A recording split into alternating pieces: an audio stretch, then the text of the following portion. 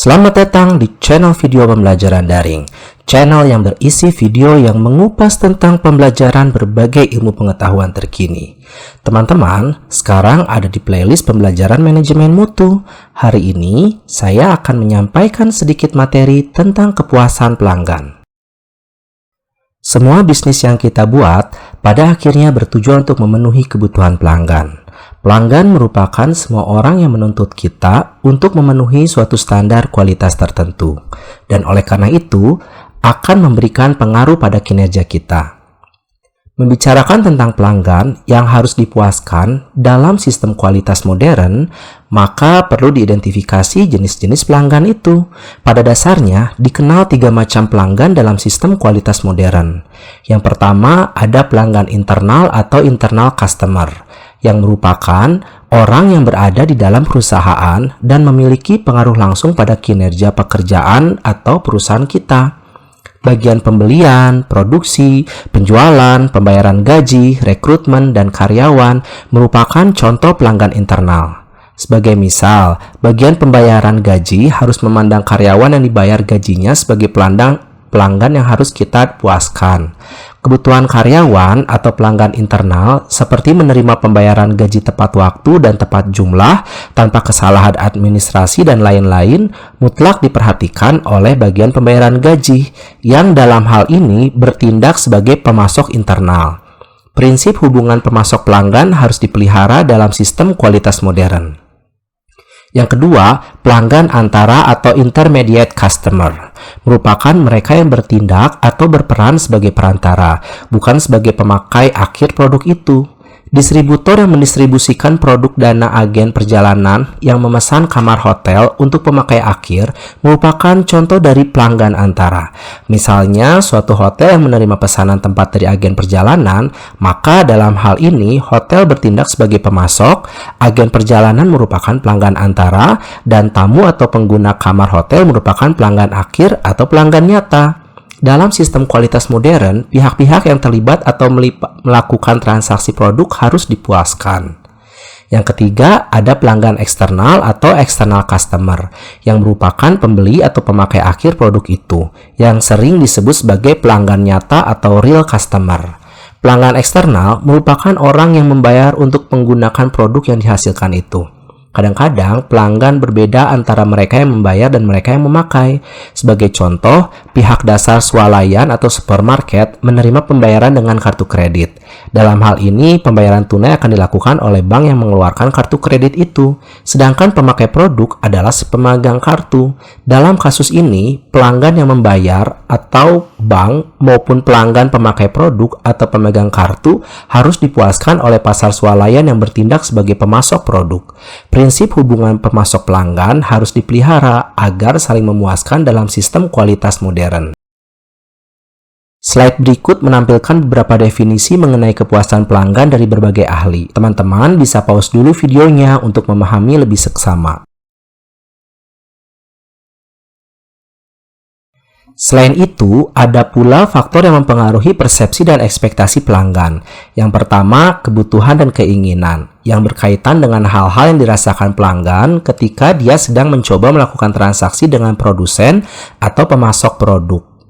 Jika pada saat itu kebutuhan dan keinginannya besar, maka harapan atau ekspektasi pelanggan akan tinggi, demikian pula sebaliknya. Yang kedua, pengalaman masa lalu ketika mengkonsumsi produk dari perusahaan kita maupun perusahaan pesaing. Yang ketiga, pengalaman dari kawan atau word of mouth, di mana mereka akan menceritakan tentang kualitas produk yang akan dibeli oleh pelanggan itu. Hal ini jelas mempengaruhi persepsi pelanggan, terutama pada produk yang dirasakan beresiko tinggi. Yang terakhir, komunikasi melalui iklan dan pemasaran juga mempengaruhi persepsi pelanggan.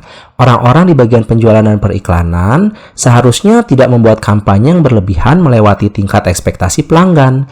Kampanye yang berlebihan serta secara aktual tidak mampu memenuhi ekspektasi pelanggan malah akan memberikan dampak negatif terhadap persepsi pelanggan tentang produk itu. Slide berikut menampilkan tabel faktor yang mempengaruhi persepsi pelanggan tentang kualitas. Teman-teman bisa pause dulu videonya untuk memahami lebih seksama. Ada 8 dimensi yang dapat digunakan untuk menganalisis karakteristik kualitas suatu barang. Yang pertama, kinerja atau performance, berkaitan dengan aspek fungsional dari produk itu dan merupakan karakteristik utama yang dipertimbangkan konsumen ketika ingin membeli suatu produk. Sebagai misal, kinerja dari produk TV berwarna adalah memiliki gambar dan suara yang jelas. Kinerja dari produk mobil adalah akselerasi, kecepatan, kenyamanan, dan pemeliharaan. Kinerja dari produk penerbangan adalah ketepatan waktu, pelayanan, dan sebagainya. Yang kedua, feature, merupakan aspek kedua dari kinerja yang menambah fungsi dasar terkait dengan pilihan dan pengembangannya. Sebagai misal, fitur untuk produk penerbangan adalah memberikan minuman atau makanan gratis di dalam pesawat, pembelian tiket melalui telepon dan penyerahan di rumah atau pembelian tiket secara online, pelaporan keberangkatan di kota dan antar lapangan terbang. Fitur dari produk mobil seperti atap yang dapat dibuka, pada kenyataannya sering terdapat kesulitan untuk memisahkan karakteristik kinerja dan fitur. Konsumen biasanya mendefinisikan nilai dalam bentuk fleksibilitas dan kemampuan mereka untuk memilih fitur yang ada, juga kualitas dari fitur tersebut. Yang ketiga, keandalan atau reliability, berkaitan dengan probabilitas atau kemungkinan suatu produk melaksanakan fungsinya secara berhasil dalam periode waktu tertentu di bawah kondisi tertentu. Dengan demikian, keandalan merupakan karakteristik yang merefleksikan kemungkinan atau probabilitas tingkat keberhasilan dalam penggunaan produk itu. Yang keempat, kesesuaian atau conformance, berkaitan dengan tingkat kesesuaian produk terhadap spesifikasi yang telah ditetapkan sebelumnya berdasarkan keinginan konsumen. Kesesuaian merefleksikan derajat di mana karakteristik desain produk dan karakteristik operasi memenuhi standar yang telah ditetapkan. Sering didefinisikan sebagai kesesuaian terhadap kebutuhan atau conformance to requirements.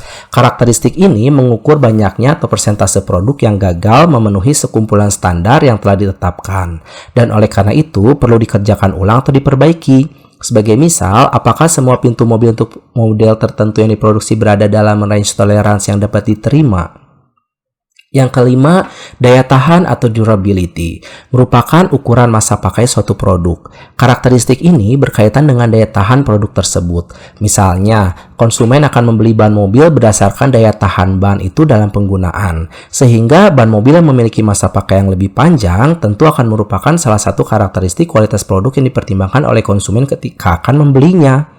Yang keenam, kemampuan pelayanan atau serviceability, yang merupakan karakteristik yang berkaitan dengan kecepatan, keramahan, kesopanan, kompetensi, dan kemudahan serta akurasi dalam perbaikan. Contohnya, kita menjumpai saat ini bahwa banyak perusahaan otomotif yang memberikan pelayanan perawatan atau perbaikan mobil sepanjang hari atau 24 jam, atau permintaan pelayanan melalui telepon dan perbaikan mobil yang dilakukan di rumah. Yang ketujuh, estetik atau estetika, merupakan karakteristik yang bersifat subjektif, sehingga berkaitan dengan pertimbangan pribadi dan refleksi dari preferensi individual. Dengan demikian, estetika dari suatu produk lebih banyak berkaitan dengan perasaan pribadi dan mencakup karakteristik tertentu, seperti keelokan, kemulusan, suara yang merdu, selera, dan sebagainya. Yang terakhir atau yang kedelapan, kualitas yang dirasakan atau perceived quality, bersifat subjektif, berkaitan dengan perasaan konsumen dalam mengkonsumsi produk itu, seperti meningkatkan harga diri dan sebagainya. Merupakan karakteristik yang berkaitan dengan reputasi, brand name atau image. Contohnya, seseorang yang akan membeli produk elektronik merek Sony karena memiliki reputasi bahwa produk bermerek Sony adalah berkualitas, meskipun orang itu belum pernah menggunakan produk merek tersebut.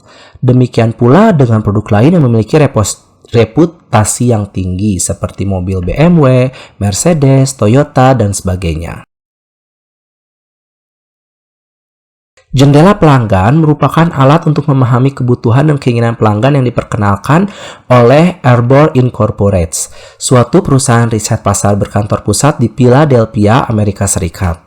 Pendekatan jendela pelanggan dimulai dari klarifikasi dan segmentasi pelanggan, kemudian mendesain pertanyaan riset untuk mempelajari kepuasan dan kepentingan relatif atau urutan prioritas dari karakteristik produk yang diinginkan oleh pelanggan. Hasil ini kemudian ditebarkan untuk memprioritaskan kesempatan perbaikan pada simple grid yang mewakili inti dari jendela pelanggan. Jendela pelanggan membagi karakteristik produk ke dalam 4 kuadran, yaitu kuadran A atau attention, di mana pelanggan menginginkan karakteristik itu namun tidak mendapatkannya. Kuadran B atau bravo, di mana pelanggan menginginkan karakteristik tersebut dan dia mendapatkannya. Kuadran C atau cut or communicate, di mana pelanggan tidak menginginkan karakteristik tersebut, tapi dia mendapatkannya. Dan kuadran D atau don't worry be happy, di mana pelanggan tidak menginginkan karakteristik itu dan dia tidak mendapatkannya. Slide berikut disajikan tabel analisis manfaat dari suatu produk. Analisis manfaat ini diperoleh dari pendistribusian kuesioner terhadap responden.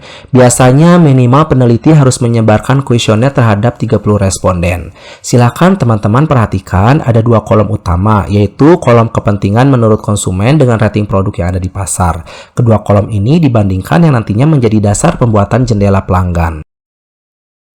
Slide berikut menunjukkan jendela pelanggan hasil dari analisis manfaat yang ada di slide sebelumnya. Silakan teman-teman bisa perhatikan dan pause dulu videonya. Dalam bidang industri jasa dikenal istilah kualitas pelayanan atau service quality. Terdapat 5 kategori kualitas jasa yang disebut sebagai SafeQual. Yang pertama, reliability, merupakan kemampuan dari pihak pemberi jasa dalam memberikan apa yang dijanjikan kepada penerima jasa atau konsumen secara akurat. Atribut ini berkaitan dengan akurasi pelayanan yang bebas dari kesalahan. Yang kedua, assurance, berkaitan dengan pengetahuan, kesopanan, dan kemampuan pekerja atau pemberi jasa untuk membangkitkan rasa kepercayaan dan keyakinan dari penerima jasa atau konsumen atas jasa yang diterimanya. Yang ketiga, tangibles, berkaitan dengan fasilitas fisik, peralatan, dan penampilan dari personel pemberi jasa. Yang keempat, empathy, berkaitan dengan perhatian dan kepedulian dari pemberi jasa kepada penerima jasa atau konsumen. Yang kelima, responsiveness, berkaitan dengan tanggung jawab dan keinginan untuk memberikan jasa yang prima serta membantu penerima jasa atau konsumen jika menghadapi masalah berkaitan dengan jasa yang diberikan oleh pemberi jasa itu. Slide berikut memperlihatkan tabel dari variabel kualitas jasa restoran. Dari variabel ini lalu dipecah menjadi 5 dimensi. Karena dimensi masih merupakan konsep yang abstrak, lalu tiap-tiap dimensi dipecah lagi menjadi sesuatu yang konkret atau mudah dipahami oleh responden yang sesuai dengan permasalahan yang ada di lapangan yang disebut sebagai indikator. Untuk memahami ekspektasi pelanggan, biasanya pelanggan ditanyakan secara langsung, dapat melalui kunjungan lapangan, pertemuan dengan pelanggan, atau survei kepuasan pelanggan tentang tingkat kepuasan yang telah diterima oleh pelanggan itu. Berkaitan dengan hal ini, kita dapat mengukur tingkat kepuasan dari semua karakteristik kinerja kunci berdasarkan perspektif pelanggan yang telah ditetapkan, berdasarkan penerjemahan kebutuhan spesifik pelanggan ke dalam karakteristik kualitas yang harus dikendalikan dan ditingkatkan kinerjanya secara terus-menerus. Alat survei kepuasan pelanggan bervariasi dari sederhana sampai kompleks yang mempelajari secara mendalam tentang persepsi pelanggan terhadap suatu produk. Survei kepuasan pelanggan dapat dilakukan menggunakan metode pengumpulan data melalui wawancara langsung seperti email, telepon, dan sebagainya. Slide berikut menampilkan sebuah tabel yang berisi metode pengumpulan data beserta kelebihan dan kekurangannya. Teman-teman bisa pause dulu videonya ya.